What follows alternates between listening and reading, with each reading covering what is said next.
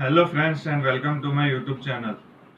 आज हम Gujarat university TY अप्रैल 2014 का सम करेंगे कैपिटल बजटिंग का। चलो शुरू करते हैं।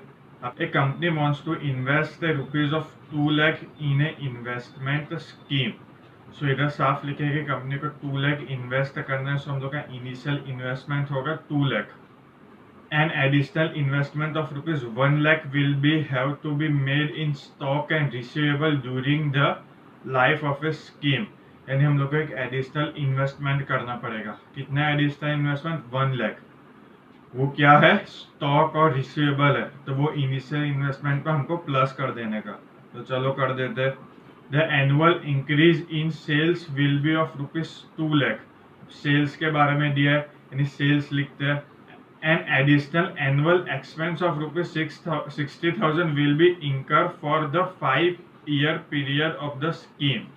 हम लोग ने सेल किया तो हम लोग को कितने रुपीज मिले? हम लोग को मिले 2 लाख। यानी कैश आउटफ्लो हुआ कि कैश इनफ्लो? ये हुआ कैश इनफ्लो। कैसे?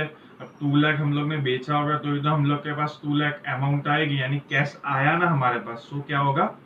Cash inflow. अब ये 2 लाख हम लोग का प्रॉफिट हुआ। 2 लाख कैश इनफ्लो यानी 2 लाख प्रॉफिट ही हुआ होगा। ये 2 लाख प्रॉफिट हुआ, उसमें से हम लोग का एक्सपेंस माइनस करना पड़ेगा। एक्सपेंस है कितना? 60,000।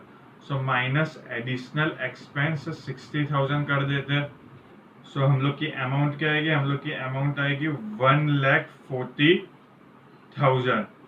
गाइज ये 1,40,000 क्या है? ये 1,40,000 है प्रॉफिट बिफोर डेप्री एंड टैक्स। आपको पता चला ना, पीबीडीटी क्यों है? क्योंकि हम लोग ने सेल किया और हम लोग सेल करेंगे उसके बाद ही तो हम लोग को प्रॉफिट मिलेगा। सेल किया, सेल्स के बाद हम लोग को जो एक्सपेंस हुआ होगा वो एक्सपेंस माइनस किया, तो हम लोग को लास्ट में प्रॉफिट कितना मिला? 1,40,000 का। ये प्रॉफिट बिफोर डेप्री एंड टैक्स है। सबसे पहले डेप्रीसिएशन फाइन कर देते हैं। तो चलो डेप्री फाइन करते हैं। डेप्रीसिएशन का फॉर्मूला क्या है? डेप्रीसिएशन का फॉर्मूला है C minus S divide by N. इसमें C की वैल्यू क्या होगी? C यानी इनिशियल इन्वेस्टमेंट, हम लोग का कॉस्ट प्राइस। अब C हम लोग को क्या लेने का? 3 लाख? नहीं, 3 लाख नहीं लेने का। क्यों? क्योंकि ये स्टॉक एंड रिसीवेबल जो 1 लाख है ना, उसमें डेप्रीसिएशन नहीं काउंट होगा। क्यों काउंट नहीं होगा? क्योंकि करंट एसेट में कभी डेप्रीसिएशन नहीं होता। ये 11th स्टैंडर्ड से हम लोग ने पढ़ा है कि करंट एसेट में कभी डेप्रीसिएशन नहीं होता। और एक स्टॉक और रिसीवेबल क्या है? करंट एसेट है। ये 1 लाख हम लोग को काउंट नहीं करने का। इसका मतलब ये C की जगह 2 लाख ही लिखने का। यहाँ पर C की जगह 2 लाख लिख देते हैं। Minus S. एस यानी होता है, एस यानी क्या होता है? एस यानी होता है scrap value. Scrap value book में दिया ही नहीं है। 2 lakh minus 0 divide by N. N यानी कितने ईयर है? 5 पीरियड ऑफ स्कीम लिखा था ना यहाँ पर, देखो। विल बी इंकर for the 5 period of the scheme. हम लोग की एन की वैल्यू क्या हो गई? 5। यहाँ पर हम लोग ने 5 लिख दिया। 2 लाख डिवाइड बाई 5, हम लोग का आंसर क्या आएगा? 40,000। हम लोग का डेप्रीसिएशन 40,000 आ गया। 2 लाख डिवाइड बाई 5 40,000। अब चलो ये सम करते हैं, देखते हैं कि सम में पूछा क्या है। Tax rate is 50%। Tax rate 50% लेने का। The company follows straight line method of depreciation, यानी हर ईयर डेप्रीसिएशन सेम होगा। स्ट्रेट लाइन मेथड यानी क्या होता है? हर ईयर डेप्रीसिएशन सेम होगा। Capital cost is 10% after tax. ये क्या होता है? एक टाइप का रेट ऑफ रिटर्न होता है। आगे देखते हैं क्या है। What will be the net present value of the scheme? Net present value find करना है। What will be the internal rate of return calculated by discount factor at 20 and 22%। Internal rate of return find करना है 20 और 20% का discount factor के हिसाब से। सबसे पहले एनपीवी फाइंड करते हैं, नेट प्रेजेंट वैल्यू। अब नेट प्रेजेंट वैल्यू आपको कैसे फाइंड करना है आपको पता ही है। उसके लिए हम लोग को डिस्काउंट कैश फ्लो और उसकी जरूरत होती है। सबसे पहले पीबीडीटी हम लोग लिखेंगे। अब देखो इसमें ना यहाँ पर 1,40,000 लिखा है। पीबीडीटी यानी प्रॉफिट बिफोर डेप्री एंड टैक्स हम लोग का कितना आया था? 1,40,000। अब यही 1,40,000 5 के 5 ईयर का है, यानी फर्स्ट ईयर का भी 1,40,000, सेकेंड ईयर का भी 1,40,000, third fourth and fifth year का भी 1,40,000 है। तो ऐसे हम लिखने बैठेंगे? नहीं, ऐसे लिखना नहीं है। ऐसे लिखेगा तो उसको टाइम वेस्ट बोलते हैं। सो हम लोग यहाँ पर क्या लिखेंगे, 1 to 4 ईयर का एक साथ ही लिख देंगे। क्या 1 to 4th ईयर का एक साथ लिख देंगे और 5th ईयर का सेपरेट लिखेंगे। 5th का सेपरेट क्यों लिखा वो आपको आगे सब में पता चल जाएगा। सो 1 to 4th ईयर का पीबीडीटी क्या है, 1,40,000। सो यहाँ पर 1,40,000, नीचे भी same to same 5th year में भी 1,40,000 ही लिखने का। आपको पता चला हम लोग ने क्या किया है, हम लोग ने यहाँ पर सेपरेट नहीं लिखा है। फर्स्ट ईयर का 1,40,000, सेकेंड ईयर का 1,40,000, हम लोग ने 1 to 4th का साथ में लिखा है और 5th का अलग से साथ में लिखा है। अब उसके बाद क्या होता है, अब आपको फॉर्मेट तो याद ही होगा। यहाँ पर मैंने फॉर्मेट बनाया जो आपको याद रखना है, जो मैंने फर्स्ट पार्ट के वीडियो में बताया था। PBDT minus depre is equal to PBT minus tax is equal to profit after tax plus depre is equal to cash flow after tax. तो ये फॉर्मेट आपको याद रखना है जो मैंने फर्स्ट पार्ट के वीडियो में बताया था। माइनस डेप्रीसिएशन, अब डेप्रीसिएशन कितना है, डेप्रीसिएशन हम लोग ने फाइंड किया था 40,000। सो माइनस 40,000 लिख देंगे हम। सो गाइस इधर हम लोग ने डेप्रीसिएशन लिख दिया है इज इक्वल टू पीबीटी, यानी प्रॉफिट बिफोर डेप्री एंड टैक्स में से डेप्रीसिएशन माइनस करने का। सो 1,40,000 माइनस 40,000 कितना होगा, 1 लाख। दोनों में 1 लाख आ जाएगा। माइनस टैक्स करना है। अब टैक्स कितने परसेंटेज है, ऊपर लिखा था देखो, टैक्स रेट इज 50%। सो 1 लाख का 50% 50,000 होता है। सो हम लोग ने दोनों कॉलम में 50,000 लिख दिया है। इसके बाद क्या है, is equal to profit after tax. वो कैसे मिला, प्रॉफिट बिफोर टैक्स में से टैक्स माइनस करेंगे तो प्रॉफिट आफ्टर टैक्स मिल जाएगा। सो 1 लाख माइनस 50,000 50,000 होगा। सो हम लोग ने 50,000 लिख दिया प्लस डेप्री वापिस से। सो प्लस 40,000 करने का दोनों में। सो प्लस 40,000 डेप्री हमने यहाँ पर लिखा। तो उसके बाद हमको क्या मिलेगा, कैश फ्लो आफ्टर टैक्स। कैसे मिलेगा cash flow after tax, profit after tax में से डेप्रिसिएशन प्लस करेंगे तो कैश फ्लो आफ्टर टैक्स मिलेगा। सो कितना होगा cash flow after tax, 90,000 1 to 4th year का। और 5th ईयर का 90,000 नहीं होगा। 5th ईयर का क्या होगा, अब ध्यान से सुनना। आपने पार्ट 3 का वीडियो तो देखा ही होगा, 2016 का सम किया था हमने उपासना लिमिटेड। अगर नहीं देखा तो जाके देख लेना। उसमें था कि जब भी स्क्रैप वैल्यू हो तो 5th ईयर में CF80 में कैश फ्लो आफ्टर टैक्स में सम अप हो जाती है, यानी प्लस हो जाता है। अब एक और नोट लिखनी है, कैश स्क्रैप वैल्यू भी सम अप होती है, साथ में वर्किंग कैपिटल या फिर स्टॉक एंड रिसीवेबल जो होता है ना, करंट असेट, वो भी सम अप हो जाता है। यानी इसका मतलब क्या हुआ, ये 40,000 प्लस 50,000 90,000 तो होगा ही यहाँ पर। क्या यहाँ पर 90,000 तो लिखने का ही, पर साथ में प्लस क्या करने का, प्लस करने का 1 लाख। सो 90,000 प्लस 1 लाख करेंगे तो 1,90,000 हम लोग का फाइनल ईयर का आएगा।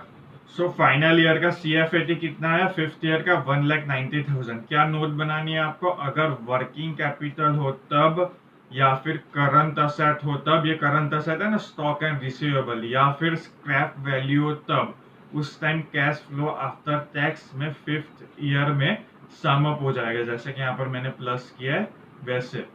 सो आपको पता ही चल गया होगा हमने 5th ईयर का सेपरेट क्यों लिखा था, क्योंकि 5th ईयर में 1 लाख प्लस होने वाला था।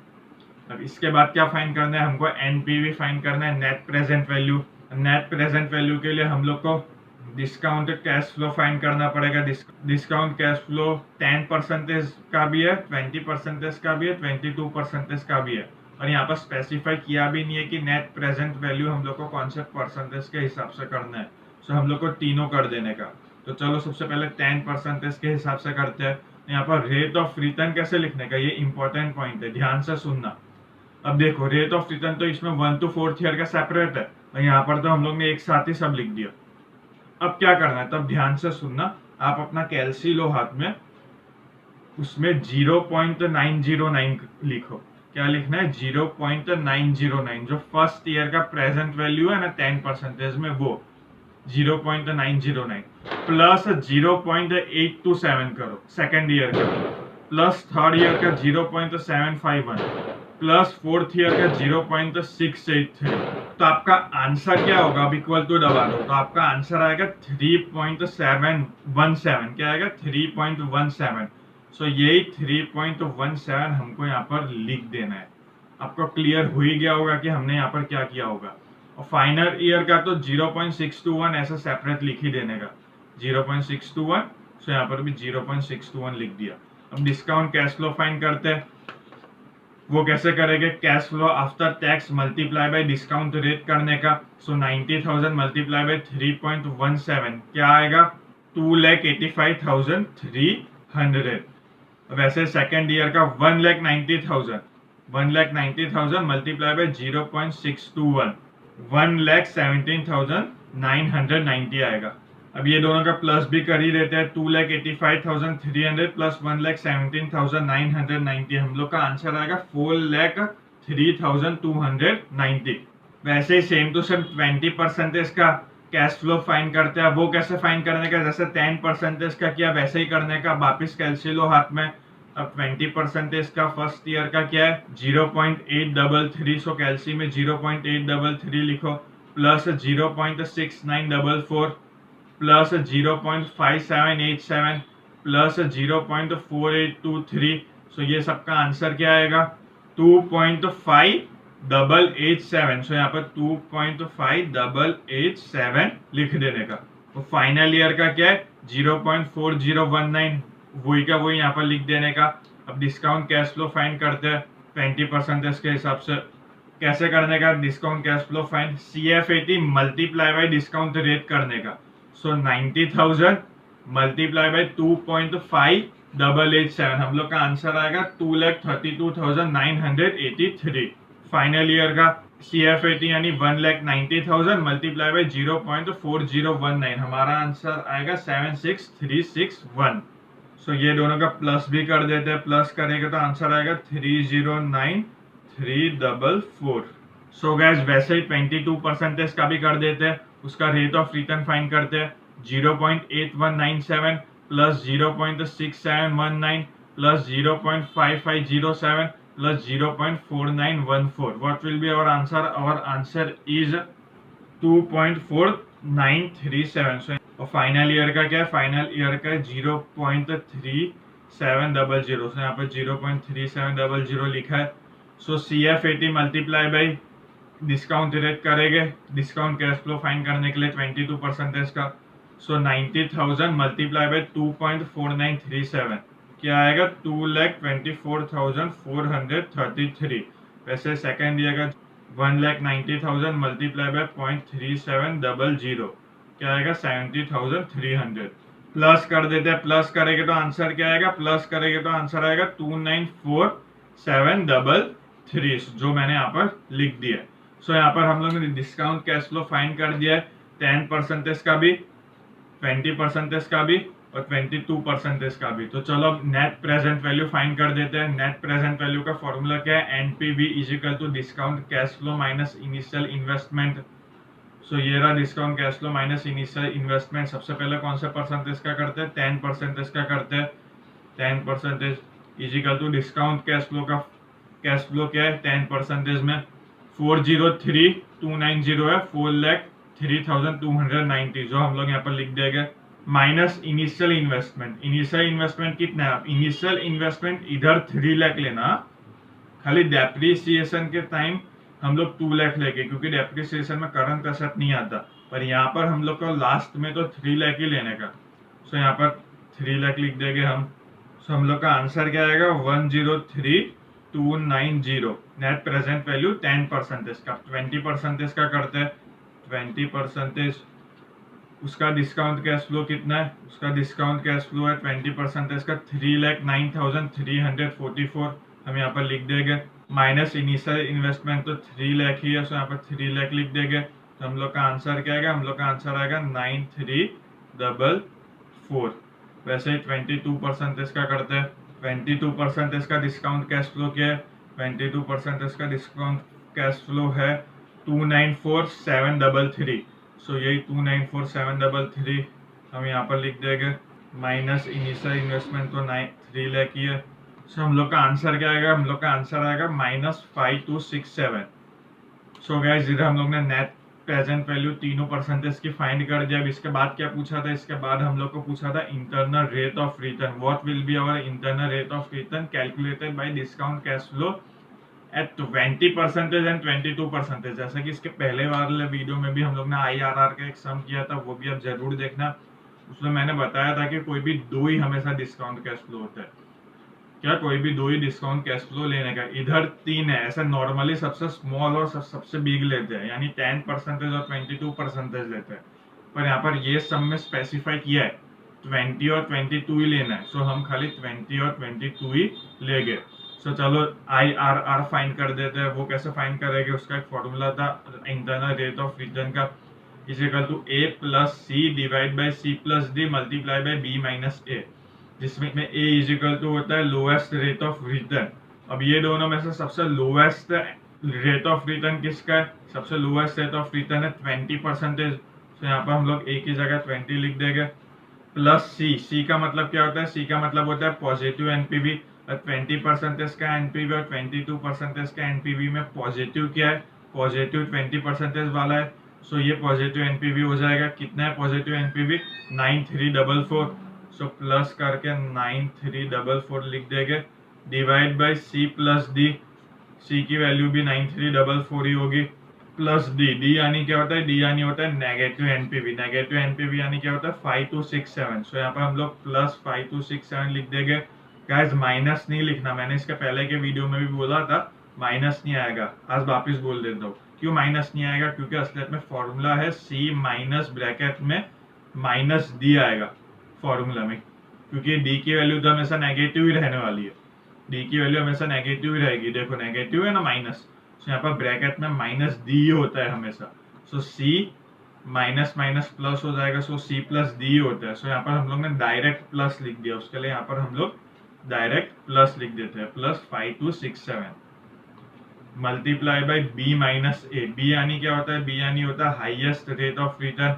और 20 और 22 में से हाईएस्ट कौन सा है? हाईएस्ट है 22। सो B की जगह 22 लिखेगा और A की जगह तो 20 लिखेगा ही, पता है हमको। सो 20 प्लस 9344 डिवाइड बाई 9344 प्लस 5267 कितना होगा? 14611 मल्टीप्लाई बाई 22 माइनस 20 होगा 2।